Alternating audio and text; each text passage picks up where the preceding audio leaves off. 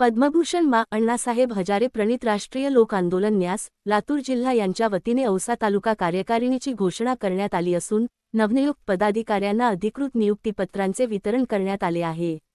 औसा येथे आयोजित कार्यक्रमात तालुका अध्यक्ष नवनाथ मेत्रे, तालुका सचिव आत्माराम मिरकले, तालुका उपाध्यक्ष नरसिंग सूर्यवंशी आणि तालुका कार्याध्यक्ष भैयासाहेब कांबळे यांना राष्ट्रीय लोक आंदोलन न्यासाचे लातूर जिल्हाध्यक्ष तात्यासाहेब नंदवे आणि लातूर जिल्हा सचिव रामेश्वर बाबूराव सूर्यवंशी यांच्या हस्ते नियुक्तीपत्रे प्रदान करण्यात आली।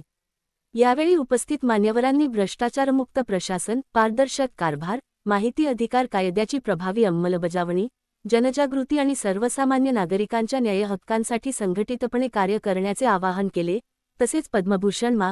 अण्णासाहेब हजारे यांच्या विचारांचा वारसा समाजापर्यंत पोहोचविण्यासाठी प्रत्येक पदाधिकाऱ्याने सक्रियपणे काम करण्याची गरज व्यक्त केली।